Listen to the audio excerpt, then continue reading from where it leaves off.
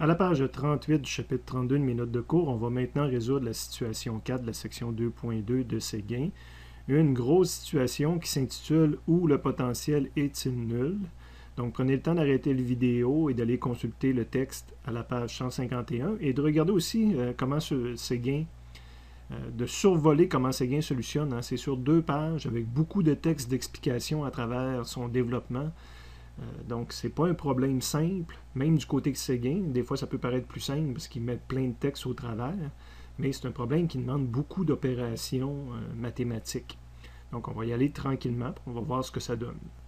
Après une première lecture, on s'aperçoit qu'on nous demande de reprendre le même système de particules qu'à la situation 3, mais maintenant de trouver des points dans l'espace où le potentiel est égal à 0. Donc, on ne nous donne pas les points d'espace. Donc, je pars avec le même tableau que tout à l'heure. Les 2 premières lignes sont identiques. Les 2 premières lignes, ce sont les particules. Il faut que j'enlève les moins 10 fois 10 à la moins 6 parce qu'il est déjà dans l'unité du tableau. Donc, ces particules-là sont situées au même endroit, puis je ne m'intéresse pas à leur potentiel à cet endroit-là. Même chose pour la deuxième. Donc, elle également, j'enlève fois 10 à la moins 6. Les 2 autres lignes, c'est des points d'espace où il n'y a pas de particules. Donc, C et D, il n'y a pas de particules. Mais je ne connais pas les coordonnées et je veux que le potentiel soit égal à 0. On nous rajoutait quand même une contrainte à la lecture du problème, c'est que ces 2 points-là, C et D, il y en a un qui va être sur l'axe des X, puis un qui va être sur l'axe des Y. S'il y en a un qui est sur l'axe des X, ça veut dire qu'en Y, il vaut 0, donc j'ai juste une partie qui est inconnue dans mes 2 coordonnées. Puis l'autre, c'est sur l'axe des Y, ben c'est sa valeur Y qui est inconnue, mais en X, il vaut 0. Au niveau de la représentation schématique de cette situation-là, ben je vais avoir encore une localisation dans un plan XY. Je vais avoir encore la même particule à l'origine, puis la même particule Q2 ici. Cette fois-ci, j'ai pensé à la dessiner plus grosse pour montrer qu'en intensité, la charge est plus grande. Mais les points C et D, je ne les connais pas. Donc, il y en a un, ce qui est sur l'axe des X. Arbitrairement, je le mets entre les 2 charges. Et VD, arbitrairement, je le mets au même endroit que tout à l'heure, mais c'est arbitraire. Je vais justement calculer à quel endroit il est au besoin. Donc, j'ai illustré tout ce qui était là. Les zéros n'ont pas besoin d'être illustrés. Donc, pour identifier ma formule à prendre sur les résumés, je vais regarder ce que je cherche. Je cherche des positions, mais c'est un problème où je connais des potentiels créés par des charges données, des particules. Donc, c'est le potentiel créé par une particule. Dans le formulaire, je pense que je n'ai pas mis le petit p, l'indice ici, que je mettais toujours originalement pour rappeler que ça ne veut pas dire volt. Mais de toute façon, c'est impossible d'écrire volt de ce côté-là du égal. Je ne peux pas écrire volt est égal à quelque chose. Je peux toujours écrire 1V est égal à 1 joule par coulomb. Mais juste d'écrire V tout seul, ça veut obligatoirement dire potentiel. Et je vais appliquer cette équation-là maintenant pour mes 2 endroits où je veux un potentiel 0. Donc, pour VC créé par la première particule et VC créé par la deuxième particule. Fait que je suis en train de définir quel est le potentiel à ce point-là. J'aurais probablement dû écrire en premier le principe de superposition pour montrer que quand je calcule le potentiel à ce point-là, que je vais vouloir qu'il soit égal à 0, ben c'est la superposition de 2 potentiels. Et ces 2 potentiels-là se calculent à l'aide de cette formule-là. J'ai comme un petit peu ici l'ordre logique de mon raisonnement n'est pas tout à fait bien présenté. Okay? Bien, évidemment, j'adapte la formule. C'est KQ1 parce que c'est créé par Q1. La distance avec Q1 au point ici avec Q1, ma distance correspond à la coordonnée XC que je ne connais pas dans le problème, qui est un inconnu. D'ailleurs, si je mets les chiffres, je m'aperçois que c'est mon inconnu. VC2, ben c'est aussi KQ2 cette fois-là, parce que c'est le potentiel créé à cet endroit-là par l'autre particule. Et la distance, ben c'est celle de ce côté-ci. Donc, comme tout à l'heure, la donnée qui est connue, c'est x2. Donc, ça va être x2 moins xc. En valeur absolue, je m'intéresse juste à quelle est la distance ici. Encore une fois, quand que je mets des chiffres, j'ai xc qui est inconnu dans cette équation-là. Ben, le principe de superposition adapté, surtout que une donnée du problème, c'est de dire que VC est égal à 0. Donc, de ce côté-là, je suis égal à 0. Donc, VC1 plus VC2 donne 0. Ce qui implique que VC1 est égal à moins VC2. Là, quand j'en mets un de chaque côté, les potentiels sont inversés. Puis là, j'utilise mon équation 2 et 3 pour les mettre dans l'équation 4 ici. Donc VC1, je le remplace par ceci. Moins est encore là. VC2, je le remplace par ceci. Les cas vont pouvoir se simplifier. Je vais faire une multiplication croisée. Donc le terme de ce côté-ci va être Q1 multiplié par X2 moins XC. L'autre bord, je vais avoir encore mon moins, mon Q2 multiplié par XC qui est ici. Bon, c'est ici que ça se complique un peu, même si ça nous apparaît une équation facile à résoudre, mais le fait qu'il y a des valeurs absolues, c'est pas si évident que ça. Évidemment, au départ, j'avais placé mon point XC entre les deux particules, mais qu'est-ce qui me dit qu'il n'aurait pas dû être placé à cet endroit-ci de l'axe des X? Je ne sais pas au départ, je pourrais penser que mon point où il y a un potentiel 0 est peut-être de ce côté-ci. Ça implique un XC qui se mesure jusqu'ici, un XC qui dans les faits est plus grand que X2. Donc je vais étudier qu'est-ce qui arrive si je le mets ici. Donc c'est ce que j'ai voulu écrire ici, là, que X2 était plus petit que XC. Et là, juste par analyse, je vais dire que c'est impossible d'avoir un potentiel 0 à cet endroit-là. Okay? Parce que je suis plus près de la particule Q2, qui a une valeur plus grande que Q1. Donc, quand je vais essayer de faire l'égalité, je ne peux pas y arriver. Q1 ne peut pas venir balancer, annuler la contribution de Q2. La contribution ici est plus grande. Je suis plus près, c'est gagnant. Puis la charge est plus grande, c'est gagnant aussi. Fait que je suis 2 fois gagnant versus Q1. Je n'arriverai jamais à faire un équilibre qui m'amène à 0. Donc ici, par déduction, j'en déduis que c'était impossible, que c'était un bon choix de ne pas l'avoir mis là au départ. Que le potentiel ici créé par la deuxième va toujours être plus grand que le potentiel créé par la première. Que VC2 en valeur absolue va toujours être plus grand que VC1 en valeur absolue. Fait que l'égalité que j'avais ici là, va être impossible à faire. Il y en a toujours un qui est plus grand que l'autre. Sur mon schéma, donc j'oublie la situation, ce que je la mettrais ici. Puis là, je la ramène entre les deux. C'est arbitraire, hein? Elle pourrait être ici. Elle pourrait être ici. Je ne sais pas, c'est ça que je veux déterminer. Mais dans ma tête, c'est peut-être un bon choix de la mettre entre les deux ici. Ce qui veut dire que XC est plus petit que X2, mais est plus grand que 0. Parce que je pourrais là aussi la mettre en arrière. Donc, c'est ce que j'ai voulu mentionner ici maintenant, que j'étudie ce qui se passe si XC est plus grand que 0, mais plus petit que X2. Ça va me permettre d'enlever les valeurs absolues, là. Je suis dans cette situation-là, X2 est plus grand que XC. Puis je veux la valeur absolue de X2 moins XC. Donc ça vaut, par exemple, si on le prend en termes de carreau, vaut 6, puis lui vaut 3. 6 moins 3 donne 3. Donc ça donne déjà un bon chiffre, ça donne déjà un chiffre positif. Donc j'ai juste à ne pas considérer les valeurs absolues à cet endroit-là. X2 moins XC en valeur absolue, ça donne la même chose si je ne mets pas les valeurs absolues quand je suis dans cette situation-là. Okay? Puis la valeur absolue de XC est plus grand que 0. Donc, que je le prenne en valeur absolue ou pas, ça donne également la même valeur. Mettez un chiffre à la place, XC vaut 3. Donc, que tu prennes la valeur absolue de 3 ou que tu prennes juste 3, ça donne 3. Donc, on peut enlever les valeurs absolues, puis là, on tombe sur une équation mathématique qu'on est capable de résoudre. Donc là, c'est vraiment juste d'isoler XC dans cette formule-là. Donc là, j'ai regroupé les XC ensemble du même côté. Donc, vous pouvez prendre le temps tranquillement de regarder la partie mathématique. Mais là, c'est vraiment juste une résolution mathématique et tout est connu. J'arrive à 1 mètre. Il nous reste une situation à étudier, c'est de dire, est-ce que ça aurait été possible que mon point où le potentiel est égal à 0 sur l'axe des X soit à l'arrière ici? Donc, ça me donne un XC qui aurait été mesuré de cette façon-là. Un XC qui aurait été négatif, par exemple, il aurait valu moins 3. Okay? Donc là, il faut que j'étudie mes valeurs absolues en tenant compte de ça. Il y a une valeur absolue que c'est L moins L, 6 moins 3. Puis l'autre valeur absolue, c'est moins 3. On va aller voir ça comme il faut. On va aller raisonner. Fait que la prochaine étude que je fais, c'est si XC est plus petit que 0, si XC est vers l'arrière. Dans ce cas, la valeur absolue est égale à quoi? Ben, si j'ai de la misère à l'analyser, je mets des vrais chiffres dedans. Cette distance-là, moins L, en tenant compte des signes. Donc ici, j'ai 6 moins 3. Ça me donne 9. Donc, que je le prenne en valeur absolue ou pas, ça me donne le même résultat. Que je fasse 6 moins 3, ça me donne 9. Puis 6 moins 3, ça me donne la valeur absolue de 9. Ça ne change pas. J'ai le même résultat de ce côté-ci.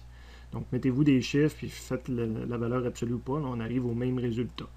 On a une deuxième valeur absolue qui est XC qui est ici. Bien là, lui, il faut que je fasse attention. Là, XC vers l'arrière, donc il vaut moins 3. En valeur absolue, il vaut 3, puis en valeur réelle, il vaut moins 3. Donc, quand je veux enlever la valeur absolue, je suis obligé d'écrire moins XC. Ça, c'est pas évident pour les étudiants. Revenez en haut par regarder XC vu vers l'arrière. Comme ça, quelle est sa valeur réelle?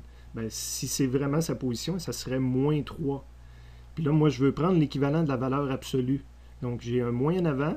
XC vaut moins 3. Ça fait moins 3. Ça me donne 3. Donc, ici, j'écris 3. Puis ici, j'écris valeur absolue de moins 3. J'écris 3 aussi. Donc, ma valeur absolue, si je veux l'enlever, je suis obligé d'écrire moins XC à cet endroit-là.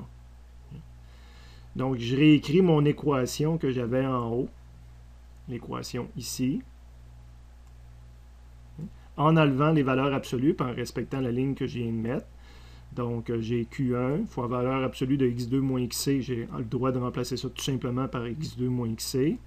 Moins Q2, valeur absolue de xc. Mais là, il faut que je fasse attention. Valeur absolue de qc, c'est moins xc à cet endroit-là. Et là, après ça, c'est des mathématiques d'isoler correctement. Donc, prenez le temps de voir si j'ai fait une erreur. Mais si je n'ai pas fait d'erreur, j'arrive avec un xc, justement, par hasard, qui tombe à moins 3 mètres.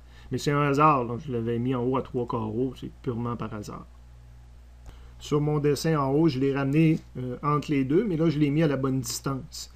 Dans le sens que la première valeur potentielle, la première valeur possible qu'on a trouvée, c'est xc est égal à 1 mètre. Donc, 1 mètre, là, j'avais mis 3 mètres, je mettais 6 carreaux, donc 1 mètre, il devrait être ici. Donc là, si ça c'était 3 mètres, au total, la distance avec Q2, donc 1 mètre tombe ici. Puis moins 3 mètres, tout à l'heure j'avais dessiné ici, mais dans les faits, moins 3 mètres, il devrait être dessiné ici. Mais je n'ai pas besoin de le dessiner, je l'ai illustré une fois. XC vaut plus 1, donc ça c'est la bonne illustration. Puis si XC vaut moins 3, ça veut dire que je l'amène vers l'arrière d'une longueur proportionnelle. J'ai donc trouvé le premier point d'interrogation ici, qui était X indice C. Mon deuxième point d'interrogation, c'est Y indice D. Donc, quelle est la valeur Y pour un point où le potentiel serait égal à 0. Donc, mon YD que je cherche, je peux l'illustrer ici. Je vais en avoir besoin. Il va correspondre à la distance avec Q1. Mais je vais avoir besoin aussi de la distance avec Q2. Ce qui veut dire que je vais avoir besoin encore une fois de mon théorème de Pythagore de tout à l'heure, que je devrais mettre en jaune à l'arrière ici. Voilà, c'est fait pour montrer que c'est un concept de physique, c'est un concept de géométrie même, que j'utilise à cet endroit-là. Évidemment, ma réponse, quand je cherche un point qui est égal à 0, ça aurait pu être aussi qu'il est en bas. Je vais peut-être avoir besoin d'analyser la situation tantôt en me disant que le VD est en bas. On verra comment ça va se développer exactement. La solution se poursuit à la page 39.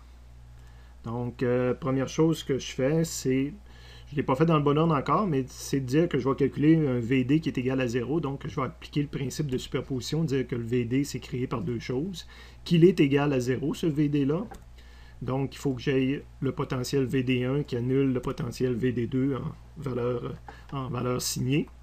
Donc, c'est exactement ce qu'on a fait tout à l'heure pour VC. Et là, je vais calculer VD1 puis VD2. Donc, j'applique ma formule 1 pour VD1, qui est KQ, créé par le 1, c'est Q1, divisé par la distance avec la particule 1. Donc, la distance entre là et là de la particule 1, c'est YD, ce que j'ai mis dans ma formule. Dans les chiffres, j'ai mon YD qui est en inconnu. Je fais la même chose pour VD2. Donc, VD2 est égal à K fois Q2 fois la distance. Encore une fois, je m'en viens ici, mais la distance entre mon point dans l'espace et Q2. Donc, c'est le théorème de Pythagore qui s'applique à cet endroit-là. C'est ma deuxième équation. Si je mets des chiffres dedans, je m'aperçois que mon YD est inconnu. Je vais appliquer maintenant l'égalité VD1 est égal à moins VD2 avec les deux formules qu'on a là pour remplacer mes termes. Donc, VD1, je vais le remplacer par KQ1 sur YD en valeur absolue. Mon moins, VD2, je vais le remplacer par l'expression qui est ici. Ça me fait disparaître les K si je veux. Et il me reste des mathématiques à faire pour essayer d'isoler YD là-dedans.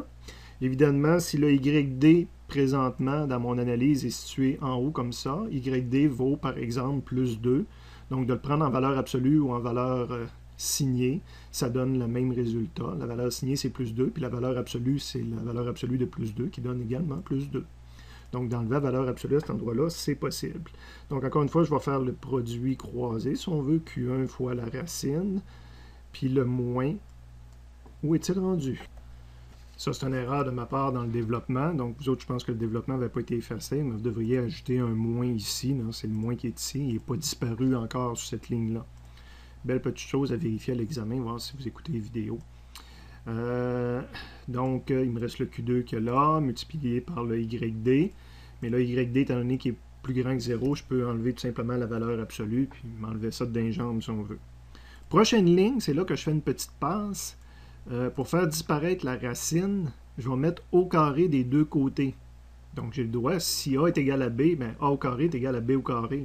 Donc, j'ai le droit de mettre les deux côtés au carré. Fait que je vais avoir mon Q1 au carré, je vais avoir ma racine qui est mise au carré, donc la racine va disparaître. Il reste x2 au carré plus y2 au carré, ce qu'il y avait à l'intérieur, est égal. Le yd va être mis au carré. Autre erreur, je pense que dans votre développement qui n'a pas été effacé, il manque le petit carré ici. Vraiment belle page à vérifier en examen, voir si vous suivez les vidéos. Le Q2 devient au carré. Et le moins ici, qui est un moins 1 fois Q2 fois Y, ben le moins 1 devient au carré, mais évidemment, moins 1 fois moins 1, c'est ce qui l'a fait disparaître. J'avais fait disparaître une ligne trop tôt, mais présentement, cette ligne-là, en ayant tout mis au carré, le moins disparaît. Et là, prochaine ligne, il va réapparaître, mais il faut bien suivre ce qui se passe. Là, je vais regrouper mes inconnus ensemble, les YD. Donc, de ce côté-ci du égal, je vais avoir mis le terme YD au carré. Donc, YD au carré, il est multiplié par Q1. J'ai un Q1 en avant. Puis YD au carré, je n'avais un l'autre bord qui était multiplié par Q2. Mais là, quand je vais le déplacer de ce côté-ci du égal, ça devient un moins Q2 fois YD au carré. Donc ici, dans ma parenthèse, j'ai moins Q2 fois YD. Donc, en l'ayant écrit comme ça, j'ai le terme Q1 fois YD, puis j'ai le terme Q2 fois YD, mais il y a un signe moins parce qu'il a été changé de côté. Et de l'autre côté, je vais mettre ce qui ne contient pas YD, donc il me reste Q1 fois X2 au carré. De ce côté-ci, j'ai mon Q1 fois X2 au carré. Mais ce terme-là était de ce côté-là du égal, puis maintenant on l'a envoyé de l'autre côté. Donc quand je l'ai envoyé de l'autre côté, ça a fait réapparaître un signe moins. Mais là, c'est lié à mon traitement mathématique. Ce n'est pas le même moins que tout à l'heure. Je veux isoler la variable YD carré, donc je vais prendre la racine des deux côtés. Puis je vais l'écrire tout seul. Donc quand je prends la racine, aussi de ce côté-là. Donc en haut, j'ai mon moins Q1 Y2 au carré. Puis ça, ben, j'avais une racine qui était là-dessus, puis qui vient diviser l'autre côté. Donc le terme Q1 moins Q2 vient diviser l'autre côté, puis il est en dessous de la racine. Donc mathématiquement, ici, je n'ai pas fait d'erreur. Et quand on prend une racine, il y a toujours deux réponses possibles. Donc à l'extérieur de ma racine, j'ai encore la possibilité d'écrire un plus ou un moins. Je mets des chiffres là-dedans. Quand je mets les bons chiffres, que je fais attention au carré, donc regardez, vérifiez si j'ai des erreurs, mais j'arrive à 1,73 à l'intérieur de la racine. Il y a mon plus ou moins qui est à l'avant, ce qui revient à dire qu'il y a deux réponses possibles. Ben oui, il y a deux réponses possibles. Le YD pourrait être en bas, puis par symétrie pourrait être en haut, puis par symétrie pourrait être en bas, au même endroit, à la même distance de Q1. Ça fait une solution qui est tout à fait symétrique. Donc, je n'ai pas besoin d'imaginer qu'est-ce qui arrive. Comme tantôt, je déplaçais mon point à différents endroits. Mais là, ma réponse inclut déjà de le déplacer à l'autre endroit, de le déplacer en bas. Donc, la physique est très bien respectée en faisant attention aux mathématiques, qui n'était pas évidente dans ce problème-là. Quelques secondes de plus de vidéo pour vous montrer qu'est-ce que l'air ce problème-là lorsqu'on l'épure de toutes les explications pédagogiques. Le problème qui a l'air très gros, très dur à comprendre. Si par hasard je l'amène à l'examen, qu'est-ce que je m'attends des étudiants? Première des choses, regardez, si j'enlève toutes les explications pédagogiques, qui est déjà moins gros. De superposer, de dire que c'est égal à 0, c'est facile à comprendre. Après ça, on a des V à calculer pour deux particules. Donc ça aussi, ça se comprend très bien. Puis après ça, on fait notre égalité, ce qui nous amène à ça. On fait le produit croisé, pas trop dur pour des étudiants en sciences nature, j'espère. Puis on fait notre remplacement. Puis on s'aperçoit qu'on a une seule inconnue. J'aurais pu d'ailleurs faire déjà mon remplacement à partir de l'équation qui est ici, là, sans même faire le produit croisé. Mais pour moi, le problème de physique est fini à ce moment-ci pour cette partie-là du problème. J'ai une seule inconnue dans cette équation. Le micro veut dire x 10 à la moins 6. J'ai une seule inconnue qui est dure à isoler. Mais après ça, c'est un problème de mathématiques. Puis vous êtes déjà évalué en mathématiques, puis déjà, ça vous fait grincer des dents, souvent, d'être évalué en mathématiques. Donc moi, je n'ai pas comme mandat de vous évaluer en mathématiques. Fait que quelqu'un qui me l'amène jusque-là, pour moi, il y a 100%. Là. Après ça, c'est un problème de mathématiques. Okay? Donc, c'est pas si pire que ça. Puis à la deuxième page, c'est un peu le même principe. Dire, je fais ma somme des deux potentiels qui créent le potentiel à VD, qui est égal à 0 parce qu'on veut que ça soit nul. C'est VD1 faut être égal à moins VD2. J'applique ma formule pour calculer les deux VD d'une particule. Donc ça, c'est une application de formule. Je fais l'égalité entre les deux. Les cas disparaissent. Puis là, vous voyez, j'ai même pas fait le produit croisé. Quelqu'un remplace directement les valeurs pour me montrer qu'il y a une seule inconnue dans ce système d'équations-là. Ben, une seule inconnue, cela se résout par quelqu'un qui est fort en mathématiques. Ben, moi, je suis même pas bon en mathématiques. C'est pas vrai, non, mais je peux m'imaginer facilement que je suis pas bon en mathématiques. Mais les mathématiciens aiment bien ça avoir de l'ouvrage. Ben, j'envoie cette équation-là à un mathématicien, puis je dis, peux-tu me résoudre ça? Dans la vraie vie, c'est peut-être ce que je ferais, là, si je serais mal pris. Au lieu qu'un mathématicien résolve un intégral triple qui ne sert à rien, si c'est un vrai problème de physique que j'ai, ben, je peux le confier à un mathématicien, puis dire, résous-moi ça, puis je vais avoir ma solution. C'est pas vrai, dans les faits, je vais le faire moi-même. Là. Mais vous comprenez le principe, on est rendu à des mathématiques. Ben là, maintenant, si je regarde, il n'y a plus grand-chose sur cette page-là, puis il n'y a pas grand-chose sur cette page-là non plus. Okay? Puis comparer mes deux pages avec Séguin, ben, je sais que des fois, les gens me disent « j'aimerais mieux le faire comme dans Séguin. » Ben, suivez tout le raisonnement de Séguin, il n'est pas facile non plus. Un coup qui est épuré, mon raisonnement, je trouve qu'il n'est pas si compliqué que ça. J'ai juste 3 concepts de physique. Regardez ce qu'il y a de jaune, là. Puis ça, c'est des répétitions. C'est le même concept qui est utilisé. Mais j'ai 3 concepts de physique bien développés. Puis à partir mathématique, oublions-la si nécessaire.